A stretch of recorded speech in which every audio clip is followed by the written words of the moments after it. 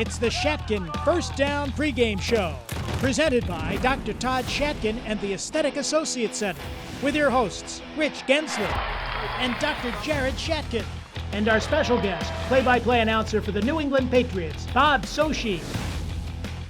Now, from the Shatkin Sports Network studios in Amherst, here are your hosts, Rich Gaenzler and Jared Shatkin. Welcome to the Shatkin First Down Buffalo pregame show. Rich Gaenzler, Dr. Jared Shatkin back with you. The Mafia is going to join us, special guest as well. In the second segment, we'll break down the Patriot game on Sunday night with the rivalry jerseys and the whiteout at the stadium. Going to be super exciting on national television with NBC coming in for Sunday Night Football. But let's start with the Saints first off. And Jared, I got to say, man, this was not a convincing win for the Bills. Yes, they had a lot of highlight reel plays, a lot of splash plays. It's good for TV.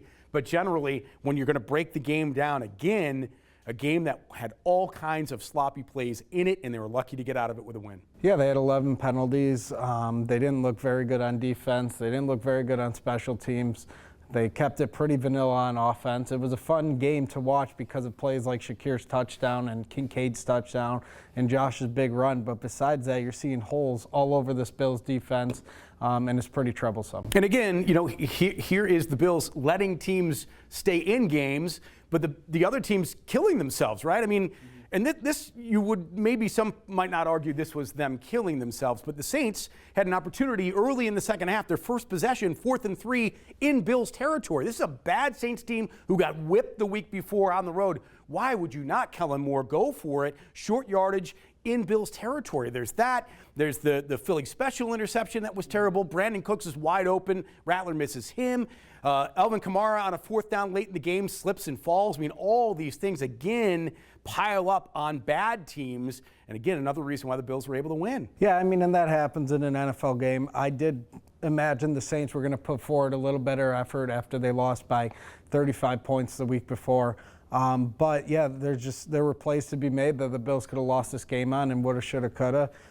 They scored 31 points and they're still going into the next week 4-0. So, you know, there is definitely a glimmer of hope there, but they need to fix some things for sure. Yeah, and as they progress through the season, and arguably you picked them to start 8-0 with the schedule, you know, if the schedule remains kind of what we thought it would be, okay, they hopefully will create a division between them and the rest of the division like last year and have things settled early so those later games in the season won't matter as much. Yeah, and they're probably going to start getting healthy soon. Hopefully by like week 6, week 7, we get guys like Ed Oliver and Matt Milano back because we really, really need them right now. And we're going to get the guys from suspension. So there is definitely room to improve, and there's places where you can see some improvement. But I always say, I'm not thinking about the Saints when I'm watching this game. I'm thinking about the postseason. And if you play like that in the postseason, you'll be out pretty soon. And you're not a Super Bowl contender if you're beating the Saints by 10 points. And I guess, you know, for Bills fans,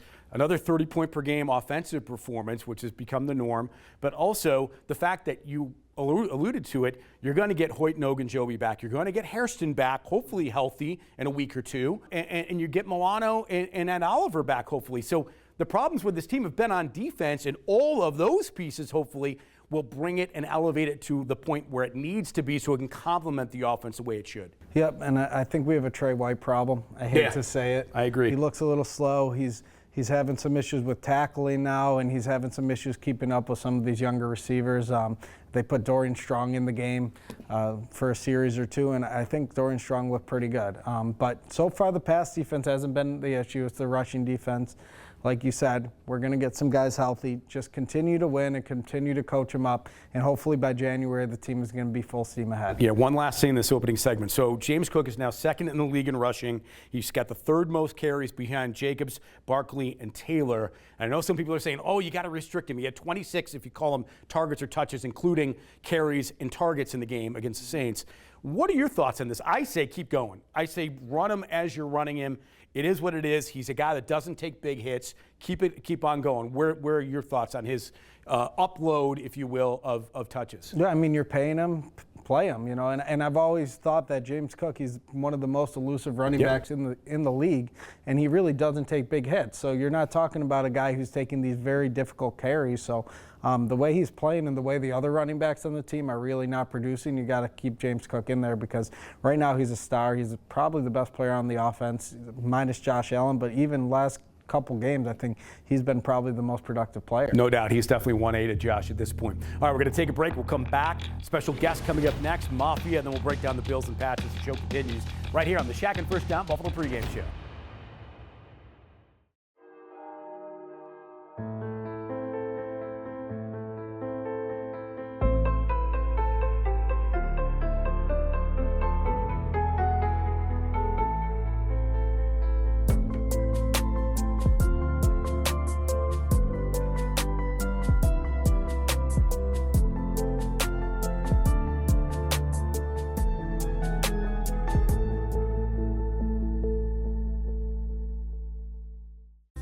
Hi, I'm Dr. Todd Shatkin here with Hall of Fame running back Thurman Thomas. My family and I have been coming to Dr. Shatkin's dental office for years. The office is beautiful and the staff is outstanding. Thanks, Thurman. It's been an honor for me to take care of you and your family. For a Hall of Fame smile, go where the pros go. Dr. Todd Shatkin at the Aesthetic Associates Center. Call today for a free consultation, 839-1700.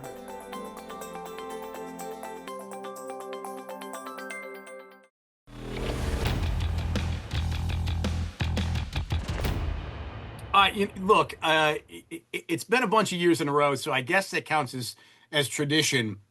As Bob Socci, the play-by-play voice of the New England Patriots, he's joined us like year after year after year when the Bills and Pats are playing. Great to see you, my friend. How many years as the play-by-play man of the Pats now? 13, Rich, and it all started in Buffalo in September of 2013 when E.J. Manuel made his NFL debut and nearly led the Bills to a win over Tom Brady and the Patriots. Really, it should have been a Buffalo victory, if not for a couple of late field goals by a Buffalo area native, Stephen Gostkowski. And we forget that he's actually from Buffalo when he's kicking for New England. And we also forget that Gronk's from Buffalo when he was playing for New England, too. Every other game and day, we're good with all those guys. But, when you're up here in Orchard Park taking us on with a visiting jersey and uniform, you're on the other side, and so we don't feel so partial to you anymore. At any rate, tell me, because we're talking about this, and the question has kind of arisen in terms of X factor for the Patriots this year, and three names come about when you talk about the 25 version of the Pats: Mike Vrabel, Drake May, obviously, and Stephon Diggs. So of those three, who is really the X factor and will determine good or bad if the Patriots are what we think will be a better team? I'm not so sure they're going to compete with the Bills for the division, but they could certainly, compete maybe for a playoff spot, a wild card spot for sure down the road. But who of all of the three guys that I mentioned for you is the most important of those three? I think it's Drake May. He's the quarterback, and it looks like the Patriots, albeit very early in his career, have a young man who has certainly the makings of a franchise quarterback. The physical tools, the makeup, his personality, the way that teammates gravitate to him. He's kind of an aw shucks kind of kid. He's only 23. He barely turned 23 as the season began. He turned 23 in August. He had very little experience coming out of college compared to some of his classmates like Jaden Daniels or Bo Nix, for example. And so for him, I think the climb to where he has to go is a little bit steeper. But I think because of his tools, it's the old lower floor, high ceiling kind of proposition with Drake May. And he's made tremendous progress already this season in Josh McDaniels' offense. Running an offense that requires the quarterback to do a lot of pre-snap thinking and maneuvering of his teammates, line calls, protection calls, and so forth, alerts, and he's done that very well. So with a lot more on his plate, the responsibility now of being the guy that they're looking to here in New England to return the Patriots to prominence, Drake May has continued to steadily improve. There's still mistakes. You saw in a 5 turnover game a couple of weeks ago, Rich, versus Pittsburgh. But he's played very clean football in 2 of the last 3 games for the Patriots versus Miami, and then more recently against, albeit a poor defense, in Carolina. And you look at the numbers in his last 3 games for the Pats, 75% completion rate, if not higher, 2 touchdown passes, the ability to run. He can, like Josh Allen, I know a guy that he's been compared to a bit, and I think it's obviously premature to do that. And really, Allen is in a league of his own, but he nonetheless has those physical skills as a runner and passer where he can extend plays and bring a different dimension to your offense. And the reason I always put him first is because, without Tom Brady, Bill Belichick wouldn't have been Bill Belichick. And I also believe that without Bill Belichick, Tom Brady would not have become the quarterback he was for the Patriots. But you got to have the quarterback. And I think one of the reasons why Mike Vrabel wanted this job so badly to come back to his former team was the allure of a guy who could be a franchise quarterback. So obviously you've been through a number of coaches in New England recently, especially, but talk about the difference that Mike Vrabel has made in his short stead coming back after being out of the game for a year. Yeah, for the most part, Mike Vrabel from day one was well received, to put it mildly. The vibes coming out of January with Vrabel's hiring, the spring with the Patriots free agent class, and then what people believe is really the first truly promising draft for them in some time. And then through, what they experienced during the summer, they looked good overall during spring, during the summer practices that people saw, the preseason games. For the most part, they played hard. They played with effort. You could see the culture changing before your eyes under Mike Vrabel. He has that track record you mentioned with Tennessee. And part of that, I think, for the local fans is the knowledge that Mike Vrabel came in here with his Tennessee Titans in Foxborough in January of 2020 at the end of the 2019 season and beat Tom Brady and the Patriots. Bobby, thank you, man. I appreciate you. Anytime, Rich. Take care. Thanks. Okay, team, we're down by 6 with only 1 play left. It's comeback time. Yeah! We need a play. The reverse ribeye, no good. The porterhouse pitch, too risky. The strip steak sweep, that's it. Go Russell! Touchdown! Where would you like to have dinner tonight? Russell's, of course. Be my guest and let us do the rest. I was in a car accident. My front tooth cracked. I'm definitely embarrassed to smile. I got mini dental implants. It changed my life because it made me feel like me. Like I can smile and feel like Ashley. I just want to say thank you. Mini dental implants can change your life too. You can be you again. Call us at 839-1700 for a free consultation. I'm more than happy. I'm ecstatic.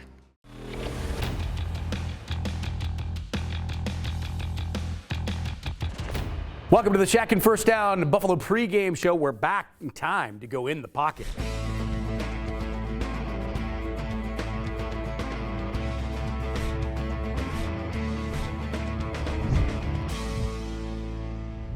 All right, with UFL quarterback Sam Castronova from the Memphis Showboats, just let people know when your season will be starting, when you're going to go to camp and all that stuff. It's after the first of the year, right? Don't have an official date, but it's end of February. Okay, very good. Right after the Super Bowl. You're training on the golf course, clearly, definitely throughout the summer. Yep, and keeping the tan going, but throwing the ball around. Yeah, I actually got a couple teammates should be coming up this week or next week to get some real good work in. Fantastic. Thanks for asking me to go run routes for you. Hey, Rich, you're always welcome. Look, I'm a guy that can go out of the backfield if you need me to. I know that. That's about it.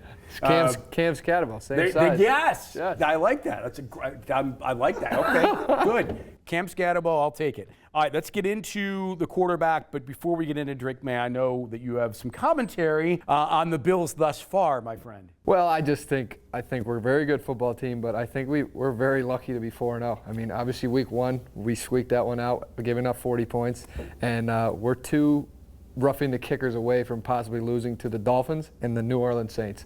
So I think we need to pump the brakes a little bit with the expectations. I always want to win a Super Bowl, but we have a lot of improving to do, I feel. For sure, and it's going to be tough to do that improvement against the team. Look, I mean, between Stevenson and Travion Henderson, they got two beasts in the backfield that can punish defensive lines, and this D-line and linebacker crew has shown it cannot stop the run. Yeah, I mean, with our injuries and with our suspensions, it's been kind of embarrassing, but that's kind of always been our problem for 10 plus years. But they've been getting better every week, the Patriots, so it should be a pretty good game. I hope we come out to play, but the last time we kind of laid an egg on defense, we shut down the Jets, so I'm hoping that we can kind of do the same. Yeah, and as everybody knows, you get a good run game that sets up play action and obviously makes it more favorable for the quarterback. Let's talk about Drake May and why he seems as though he's really starting to elevate his game. Yeah, like you said, they're running the ball better, and he just seems to be a lot more comfortable in that offense, taking what they give him, protecting his body, but also making plays with his legs when he needs to. He loves his tight ends. Yeah. Loves his tight ends and his running backs. I just picked up Hunter Henry in fantasy. That was a good scoop.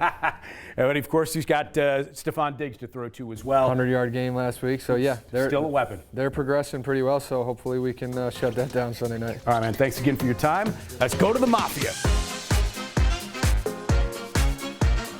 Welcome back to the Shatkin First Down Buffalo pregame show, joined by the Mafia. And you already know Dr. Jared. Of course, he's on virtually every segment of the show, clearly. And then, of course, Pastor CJ, you probably have noticed before in the past. We'll ask him a little bit about himself in a second. But some newbies to, now, don't get me wrong, they're not new to the Mafia. They're new to the Mafia segment on this show. Two brand new guys here, and let's talk to them. First, we have Trey. So do you go by Free Hugs Man, Trey? It's either one. People call me the Free Hug Guy or Trey. Okay, Trey or Free Hug Guy. So if you live or drive anywhere around, what is it, Main and Transit in Williamsville, that neighborhood? Yes, sir. You see this guy, and he's giving out free hugs, spreading positivity in the community. Unity in the community. I think that was the phrase you came up with. Very, very good. You're a Williamsville kid, born and bred, and you're here with us today. We appreciate you being here. Hey, thank you for having me. Give me a hug. Get over it. Get over it. Yes, sir. I need one. I mean, come on. The guy's giving out free hugs. How can I not ask for a free hug? And then, of course, we got Vinny DeRosa over here. If you're a music fan in town, you might know him from his band Vitamin D. You're playing all over the place, man. I knew, because we asked before we came on the segment, it's like, wait a minute, I think you guys have played at Sabres games. So you do a lot of like Bill Sabres stuff, right? Your band? Yeah, through the years, ever since the Pagulas came to town, they've really platformed a lot of local artists, and I've been part of that. We've done some events for the Bills, from retirement jerseys to when Coach first came, they had a little celebration for him. We got to be a part of that. So through the years, they've had a lot of opportunities. We got to do the Sabres game at the end of the year last season. So yeah, they continue to platform music all throughout the community here. I was going to say, like, sort of piggybacking off of Trey. I mean, the Sabres kind of needed a little positivity at the end of last year, didn't they? Thank you for being that piece of it. Yeah. It was tough too, because it was a Leafs game, So we were outnumbered, but we had to hit them with some Buffalo funk, regardless. Very good. Well, I'm glad you guys are here. Yeah. So, Pastor CJ, you also tell folks a little bit about you if people don't know what you're all about. I'm one of the campus pastors over at the Well in West Seneca. Just a lifelong Bills fan, lifelong fan of the city, and absolutely just happy to be here. And you got the sweet rivalries jersey on. That's right. Awesome. It's the whiteout on Sunday night against the Patriots. I'm going to start with you. Yes, look, I mean, the teams that we've played, I mean, the Bills, arguably, outside of the Jets game, I think we can all agree the Jets are absolutely god-awful, right? Justin Fields is just terrible. Yes. They need to make a quarterback change ASAP if they're going to have anything. And they probably won't go to Tyrod, even though he's better than, it doesn't matter. So that's the one team that the Bills had their way with and should have, right? But the other teams, and look, the Ravens, you could argue, 40 points. Who loses to a Raven team that scores 40 points? But we all know that they always collapse in big games. That they're famous for that historically. But the Saints, of course, we kind of struggle against the Dolphins. We got to get off the struggle bus, right? Absolutely. Yeah, we do. And I think if we let Drake May run on us like Spencer Rattler did this past week, I think we're really going to have a hard time keeping those yards down. Yeah, and I'm going to go to you, Trey. I mean, you played a little football in your time growing up. The Bills did a lot of good things, but especially in the trenches, they got a lot of work to do, right? 190-ish yards against the Saints. They're the worst rush defense in the NFL. What are we going to do to prevent that from happening again? Here we go. Like, we just can't let them score first. And like you said, we got to work on our defense. We got to step up, because if somehow, some way they get the first points, or if our defense won't stop them, they're just, they might win this game. So not only our offense has to keep doing what it's been doing, it's been scoring every day, every game. Josh Allen, he's playing a wonderful season. We just have to, put our foot on the gas and let our defense do its thing. Yeah, and Vinny, again, some sloppiness in that game. I'm sorry I'm being negative. Here's Trey is like Joe positive guy, and I'm being negative about the Bills after a 4-0 start, and one of only 2 teams in the league to do that. But still, Vinny, in that game, there were 2 instances, one with 10 men on the field, another one with 12 men on the field. There were 11 penalties in the game. There's a lot this team still has to clean up, and albeit they're going to get healthy roster-wise, but there's a lot they need to do before they get into the real tough part of the schedule. I agree. Yeah. Second half of the year, right? Yeah, the young guys, working their way into the system. We're starting to see some of that stuff show its face, but I think, I just have the utmost faith in this coaching system that they're going to tighten those things up with these guys who need that extra direction. And we know overall, net positive, we're heading in the right direction. I think we've been really fortunate here in this time. Yeah, for sure. For sure, Jared. I mean, I feel like they're sort of Teflon at this point, right? I mean, when they get into trouble, there's always a big play, right? It's either the Kincaid play or the Josh run on 3rd down, or, fill in the blank. The Shakir touchdown was remarkable. So they get into these really tough situations, or they force a defensive takeaway, whatever the case may be. Bishop's play was ridiculous. So they make plays when they need to, obviously the sign of a good team. Well, yeah, a good team wins when they're not playing well, and I really think the last 2 weeks they have not played well. But they're still putting up 30 points, and they're making the big plays when they need it. And this week, I think, against New England is going to be one of their first real tests of the year, because they're coming in after a win where they won 45-13 or something like that, and they're a pretty difficult team to stop. So I think they have to clean up what's going on in the trenches. They have to stop the run a little better this game, or else they might be in a little bit of trouble. All right, very quickly before we get to your picks, we got to do this. So we're in Tino's Dough, the Tino's Dough segment. One trivia question for you guys. I don't think you're allowed to answer here, Jared, because you're already many for many so far this year in terms of the trivia. But for you three, maybe you can help us and out. This is a little bit, not a little bit, this is a lot of bit older than you guys, but it's a bit of a trick question too. So the Bills and the Patriots, going back in their history, have played in 2 different baseball stadiums, one in Buffalo, one in Boston. Take a guess as to what those stadiums were. War Memorial. Yes, and what's one in Boston? It's gotta be the Fenway Park. Fenway Park, yeah. So when both teams came, it's a trick question. Yeah, when both teams came in the AFL, the Bills obviously played at Warren with the old rock pile, and of course the Patriots played where the Red Sox play at Fenway for a lot of years. All right, let's take your score predictions now for the 3 of you. We'll wait for Jared's to wrap up at the end of the show. Trey, what do you think? Score prediction, Bills, Pats, Sunday night. So I believe that it's going to be a very close scoring game, because you got good teams, and like he said, we just saw what the Patriots did, Carolina, even though they're a horrible team, but I think it's going to be probably 24-21. Bills. Yes. Okay, Vinny.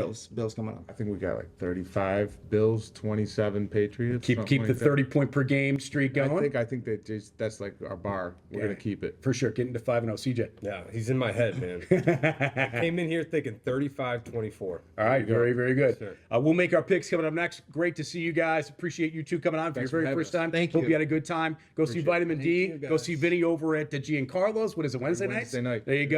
And get hugs from Trey, all right? In Williamsville. Go get blessed by CJ, okay? That's right, we got you. All that, go Bills. We'll come back with our final segment and talk more about the Patriots and the Bills after this in the Shatkin First Down Buffalo pregame show.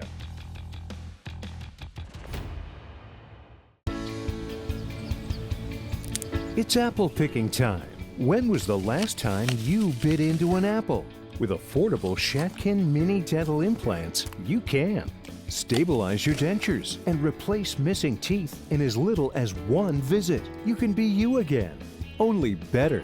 Call the Aesthetic Associate Center today at 716-839-1700 for your free consultation. It means a lot to be able to work with my dad to continue this legacy that we have going on. I had many implants. Once I got them, it was like the old me came back. The changes you can make in such a short period of time in somebody's life have somebody in the chair crying because they finally have a full set of teeth. And I think the only way to do it in that type of time period for that type of price is really the mini implant. Mini dental implants can change your life too. Call us at 839-1700 for a free consultation.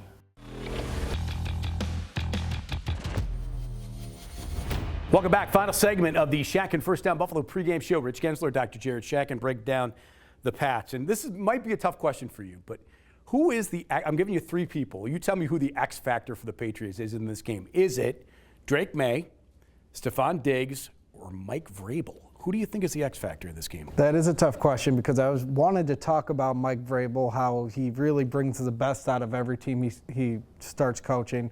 But X factor, I'm going to go with the guy in the game. I'm going to go with your diet, Josh Allen, Drake May. Yeah, I'm with you 100%. And here's a guy that's played incredibly well, 74% complete so far. He's got almost 110 passer rating, which is nuts in 4 games. So he's doing everything right. He's running the ball.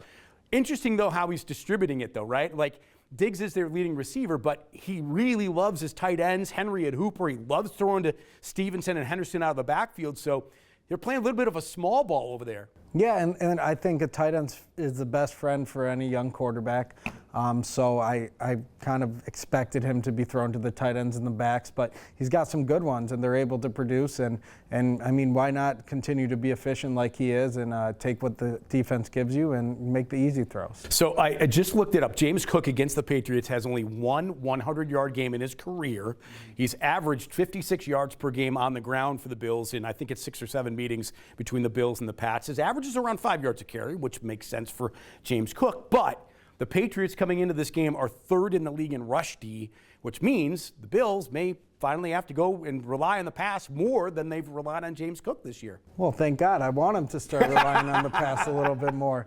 They only threw the ball 22 times last game. They're not letting their MVP get going.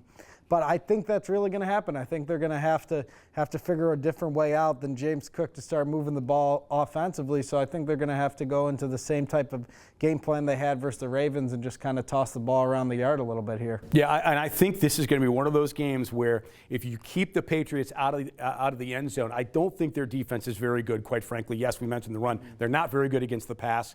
And to be honest, I mean, their roster is really pretty thin in terms of just bare, raw talent.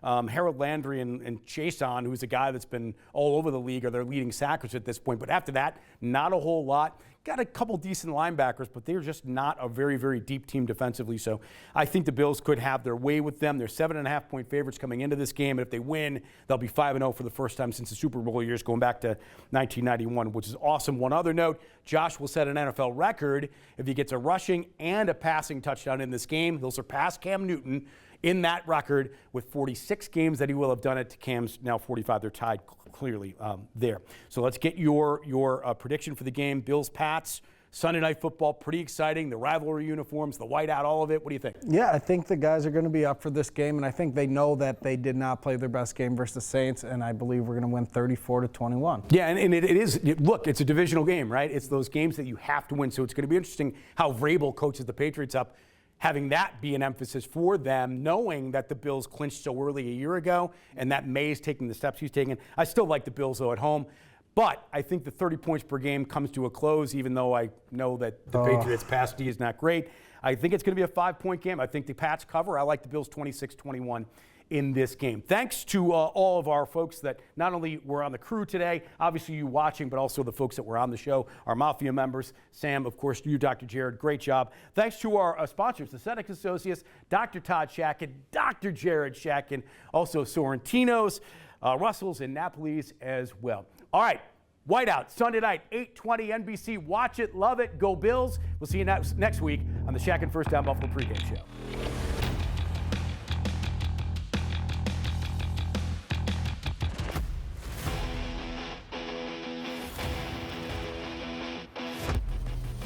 In the Pocket is sponsored by Mini Dumpster Rental. Call 716-429-6362. This has been a production of the Shatkin Sports Network.